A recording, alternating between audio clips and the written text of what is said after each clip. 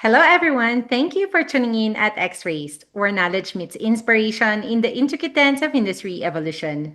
I'm Miles, and I'm back for another episode that's a little extra special because, believe it or not, this is Ian Erskine's 80th appearance in our podcast. At this point, he's basically part guest, part co-pilot of the show. And there's a reason he keeps coming back. And it's because every conversation with him brings practical insights that organizations can actually use in the real world. He has spent more than 4 decades helping businesses understand that sustained success is really about people, engaged people, empowered people, motivated people. And in today's business environment where technology is moving fast and workplaces are constantly evolving, that conversation feels more relevant than ever. Here's the Managing Director and CEO of ACI Global and e-Quip, Ian Erskine. Hi, Good, Ian. good morning, beautiful Good mother. morning. Good Happy Mother's morning. Day to you Thank you. and all the mothers around the world. And look, I do say this in complete sincerity. When we were at Mass, Father introduced and said, Happy Mother's Day to all the mothers. And then he said, look, just be patient because there will be a very special message from the man up above that will be for you towards the end of the maths. And, he gave a lovely blessing to all the mothers. And he just made the point that the world would not exist if we didn't have mothers. Right. And the care and the understanding. And I think the most important thing that he pushed across, and it's very true, is that mothers are the ones that truly understand their siblings. And when you stop and think about it, yes, that's so true because you bring them up from the very beginning and they grow within you. And that's how you get that understanding, that love, that passion, that caring. And yes, my hat's off to all the mothers in the world. Congratulations and keep on doing this wonderful work. Thank you so much, Ian. That's very sweet of you and thoughtful. And, congratulations also to you as well, because this is our 80th episode together. Wow. Yes, it is. What, Yes. what a milestone. There's an enormous resource trove there, and that's something that over the next coming weeks, you and I are going to work on and look at its accessibility and drive it even more because, as you know, you're a very important part of the ACI Global team and X-Rays. And jointly together, we've built up this enormous resource ready for people, and it's there at people's fingertips. Mhm. And today we have a really important topic. We'll be unpacking everything from total quality management or TQM, continuous professional development, and the plan, do, check, act approach, all the way to future ready leadership, organizational knowledge, people engagement, and how businesses can move beyond simple compliance toward real long-term value and sustained success. So when we talk about the quality of an organization, Ian, it can sometimes sound like one of those big corporate phrases people throw around in meetings. But from your experience with TQM and the work you do at ACI Global, what does quality actually look like in day-to-day business when people are genuinely engaged, empowered, and motivated?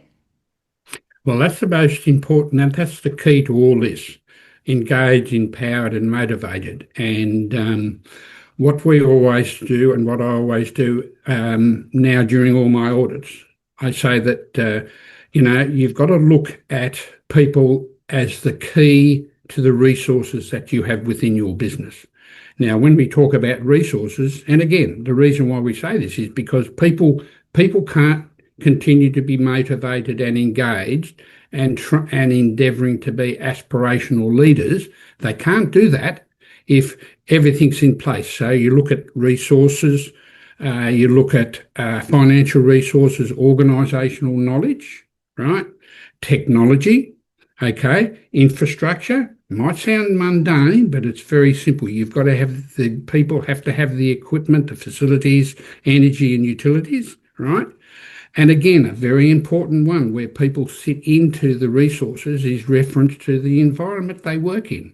and they live and breathe the environment, and that way it makes them so much involved, and that way it also you have to enable them to become engaged within the organisation to allow them to their understanding and passion about the environment. You have to allow them to bring that out within the organisational context and as overall strategy.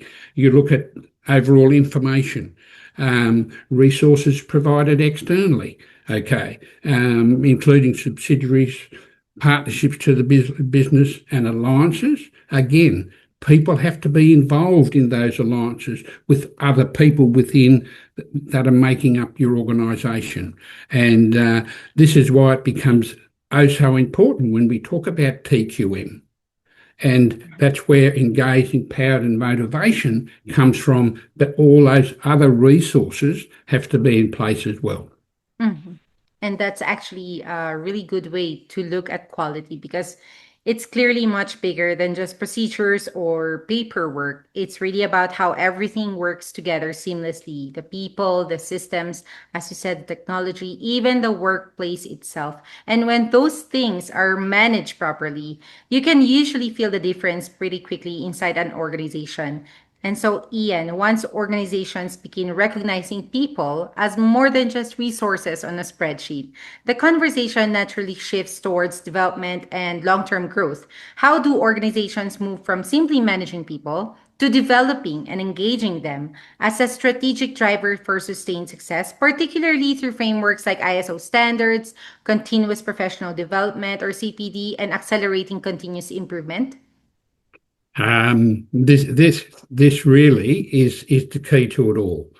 And whilst it's all well said and done, and in some respects, people just take it that at any given time I'm going to be motivated, I'm going to be enthused, and things like that. Well, it just doesn't happen like that. Organisations have to continue to work on this, and the challenge to me is with organisations, you have to be prepared as a leader, either as the owner, the director, or a senior supervisor, to be there when they walk in the door. And you've got to be able to have a look and greet them in that enthusiastic and happy way. And you've got to be able to depict if there is a change.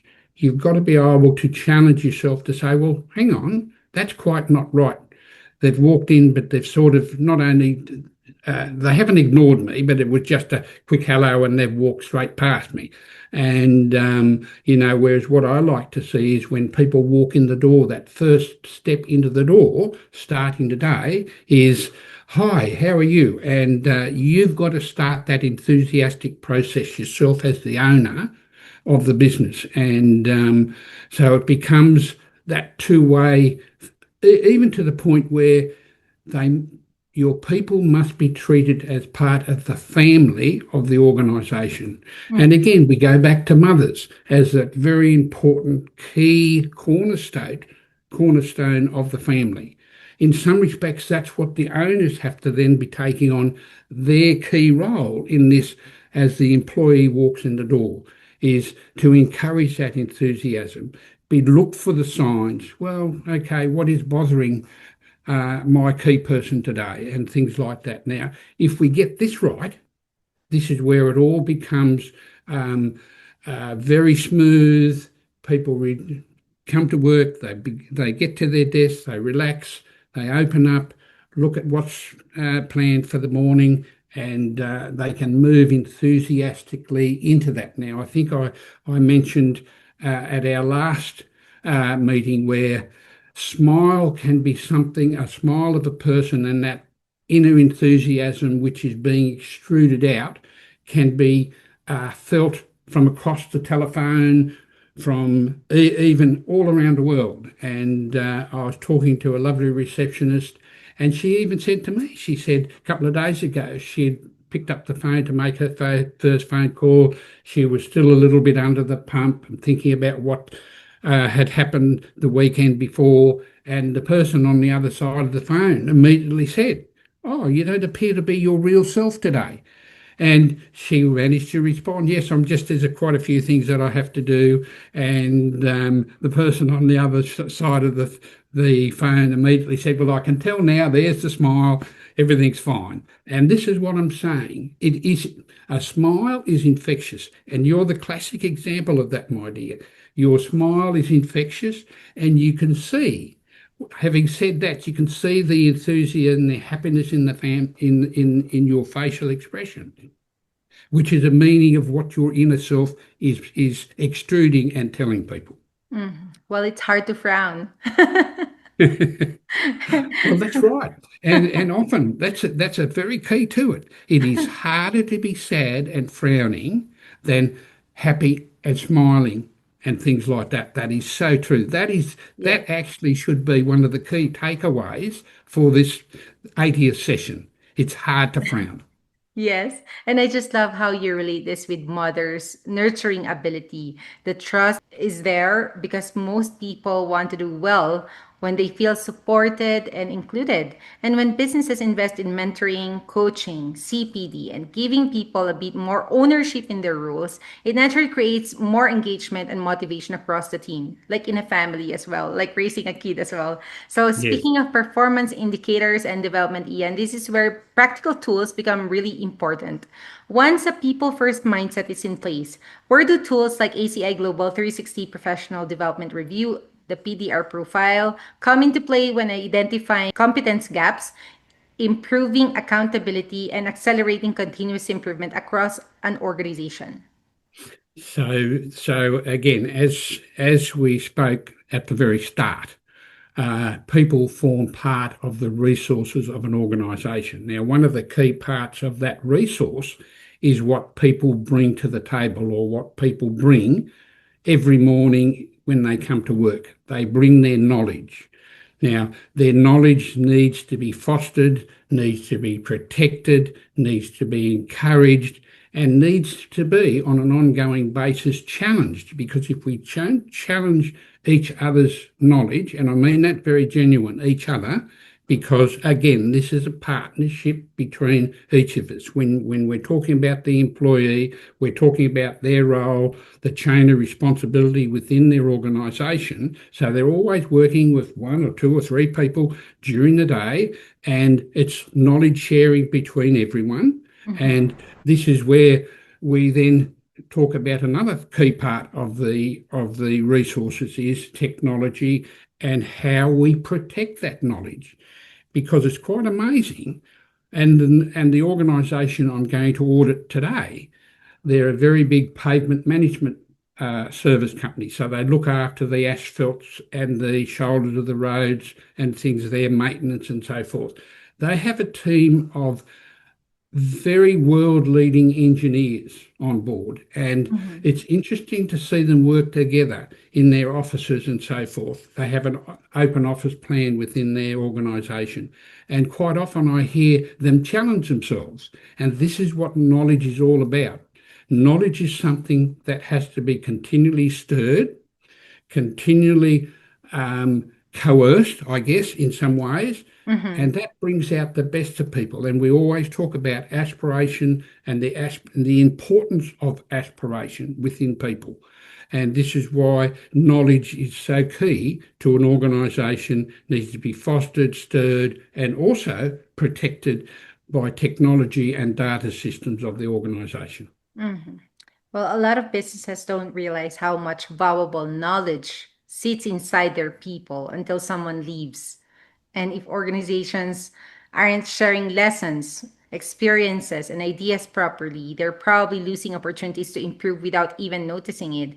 And having the right systems and insights is one thing, but execution is always where organizations either move forward or get stuck, right? So, how do organizations practically connect responsibility, authority, and decision making at every level so models like Plan, Do, Check, Act, or PDCA become part of the culture instead of just another framework sitting in a manual somewhere? Yes, well, so this in fact comes back to technology. So we've got to find that right level, and it's becoming so important these days when we're talking about technology. We're talking about how systems are evolving, the impact of artificial intelligence, although I hate that word artificial, and I now challenge people. I say, well, okay, what does artificial actually mean? And it's very difficult for people to explain. And that's why I always take them back and get them to remember the very simple things. AI can't smile. AI is a machine. AI is a group of figures or data put together in a chain, if you like, which is called algorithms, right? Mhm. And but yes, the world has evolved, and yes, we do need to understand the involvement of machines within our business practices and even within our own lives and things like that. Mhm. And it was interesting. I was with one of my clients last week, and we were driving to a site, and she had this little instrument within her car which would beep if she veered too much onto the oncoming lane or if she got too close to a vehicle, it would beep. And I said to her, I said, now, here's a little challenge for yourself. Back right off, so you're away, right away, and it was behind a bus we were, right? I said, Mhm. okay. Now, what I want you to do is now start to get closer to that bus, and before it starts to beep, this is what we talk about looking at, finding, and addressing issues, not only within your own life, but within the business and things like that. And all of a sudden, she realised, wow, that's exactly right. What we should be Mhm. concentrating on is looking at issues before they turn into a hazard or an accident. So if you drove up too close to the bus, you would have an accident, right? Mhm. And the beeping is there, is the machine is telling you or prompting your brain, hold on, back off, you're getting too close. And that's what my challenge is to everyone now is, yes, let's embrace technology, but okay, that's the point where we need to then challenge and even say to yourself, come on, I'm going to pick up before you tell me I'm too close to the bus. Or I'm going to pick up that now we do need to make a few changes to our processes within our businesses to cater for the machines that are being introduced. Because if we don't, you will find the first telling tale signs are our brains become lazy, okay? Yes. And we won't think of the issues that are coming up and being hoisted upon us every single day. I couldn't agree more. Proactive and thoughtful thinking is really essential.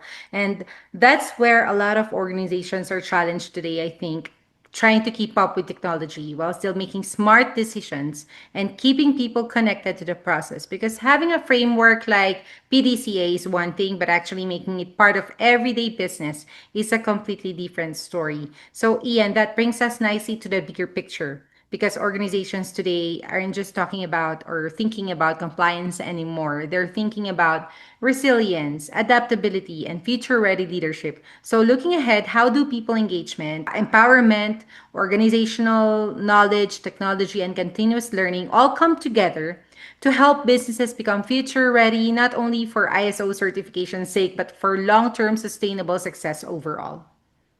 Okay, so I think in some respects and as we finalise today's podcast, this is an interesting one, and we may come back to this because this is where we concentrate largely on infrastructure, where we go to work, and this is evolving and changing, and because there's many organisations that have adopted the work from home process. And that's all well and good. But what I say to people is, okay, number one, you've got to get out of your head when someone's working from home, you've got to understand, number one, whilst they're working from home, they are still working within the business. They are Mhm. still being challenged cognitively and strategically to think outside the box, think where they're going within the organisation. And the challenge for that is, as an organisational owner, you've got to take out of your head, oh, they're working from home, so they've got to have their own privacy, they've got to be left alone and things like that. Now, that to me is the key issue that you have to address there right at that point. you've got to say to yourself, and in some respects it's a little bit hard because, Mhm. okay, well, you're dealing with your office workers from an outside point of view in their own home, and that's where you've got to come to an agreement with the employee to the point you say, well, whilst you're working at home, you still have to achieve your key performance indicators. You've still got to understand the strategic direction we are all going in. And Mhm. like I said, we're all going in. It's not just the organisation, it's everyone. And Yes. we've got to understand that there's little issues. Also, you've got to understand that there's little issues that the employee has to face, right? And I guess one of the classic cases that I often point to people is that whilst you're working at home, you've got to make an absolute complete effort to actually get dressed, sit down, get comfortable behind your computer, work properly. Because, for argument's sake, if you say, "Oh no, I don't feel like getting up this morning. I'm going to work from my bedroom and things like that in the bed and pop yourself up into the bed," your posture's wrong. Your the way you're looking at your computer tends to be incorrect as well. So this is Mhm. where infrastructure really comes in loud and clear. And one of the interesting things I point out, I think I did mention this some time ago, where I'd been, during my cancer journey, I'd given a lot of my clients away. And anyway, anyway, down the path, one of them, someone picked up the phone and they said, "Oh, you're still around, Ian?" And I said, "Yes, yes, I'm fine. I'm still kicking What a and greeting. annoying people." And she said, "Oh, that's lovely. Can we have you back as an auditor?" And I said, "Yes, look, no problem at all. All you have to do is ring up the certification body and explain that you'd like me back." But anyway, cutting a long story short, so I turned up at their office, and previously it was a relatively small office, so everyone is sitting in a very clustered area, right, working diligently between themselves. Mhm. Anyway, so I've walked in, and my first impression was, "Oh, okay, where is everyone?" I could said hi to two or three people, and as I was saying hi, over to the back, the other side of my shoulder, I could hear people saying, "Hello, Urko, welcome back." And I sort of looked around, and here they had a massive screen on the rear wall, and they had literally eight people, little boxes where the people were, right? Uh-huh. And I thought, what an amazing thing.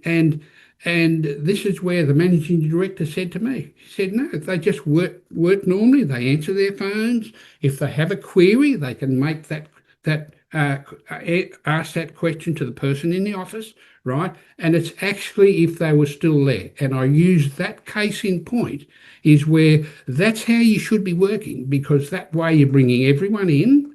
And again, the point I also make is when we're working together, we are actually challenging each other, we're learning from each other, and things like that. And that's where your peer reviews, your knowledge sharing within the infrastructure, which is the office confines. And now, what I often say is the office confines can be your workplace at home. Mhm. And that's the key thing to remember with infrastructure, particularly today, with work sharing and things like that. Now, if we don't get that right, one of the biggest issues that I'm finding coming up now is from people working from home, they're sort of retracting to the point where they don't have the screen sharing, where that's not being shared and so forth. And what I say to them, you're very quickly going to lose not only that knowledge sharing, but that peer reviewing between you and your other work colleagues and your managing director and things like that. So that's where people don't understand when they come to work. It's sort of they're bouncing ideas off each other. Okay. And that's part of knowledge sharing, part of getting on in life, part of driving your aspiration to the Mhm. point where you might have been with an organisation 5, 10 years. Eventually you say, so what? I think I can start my own business now. I think Yeah. I've got the confidence, I've got the tools I know I need, I've got that knowledge that's been built over many years, and that's been built by having the right infrastructure to Mhm. cater for that learning process. Yeah. So we're touching on that again next time because there are a lot of people who sometimes underestimate how much the overall environment affects performance. Things like, as you said, workplace culture, teamwork, safety, good partnerships, and even how organizations manage resources all play a part in whether people can actually do their best work and help the business grow long term towards Yes, their common goal as yes, a team. yes, Yeah. yeah, And this is really about people engagement, people development, competence, organizational knowledge, and creating an environment where continuous improvement becomes part of everyday business life. And whether someone is leading a global company, managing a growing team, or even running a small business, there's something really valuable in understanding that sustained success often starts with how we support and develop people. So, yes. Ian, thank you so much again for joining us for your 80th X Rays episode and for tirelessly sharing such practical and grounded insights with us. No, absolutely, as a pleasure as always. And to yourself and everyone, please go to either X-Rays or ACI Global's website when this podcast comes out, and be part of this process. And again, that's something now I'm going to start to challenge everyone from now on, is we want people to be part of this process. We Mhm. want them even to the point where they pick up the phone and say, look, maybe I can be part of your next podcast Yeah, and why not? provide you some ideas. And this is where I want this to grow, because this is developing future ready leaders to be able to drive their aspirations themselves into even better outcomes. And one of the better outcomes, and I think we're going to actually be talking about this next week. I Mhm. haven't finalised it yet, but will be the new environmental standard, ISO standard, which is out.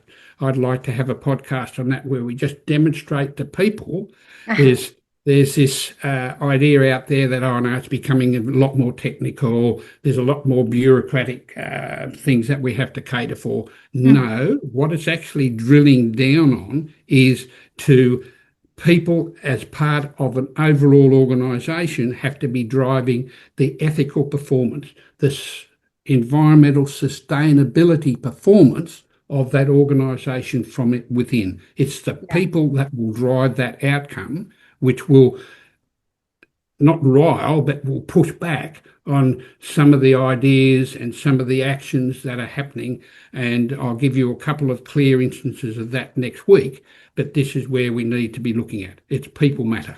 And I like that ethical performance. There's Yes. really broad subtopics right there. So I'm really Yes, it interested is, in that. and in some respects, it can be quite difficult. But I say to people, keep it simple. Ethics is something that you need to challenge each other, and it's even the point where I've got on my safety helmet.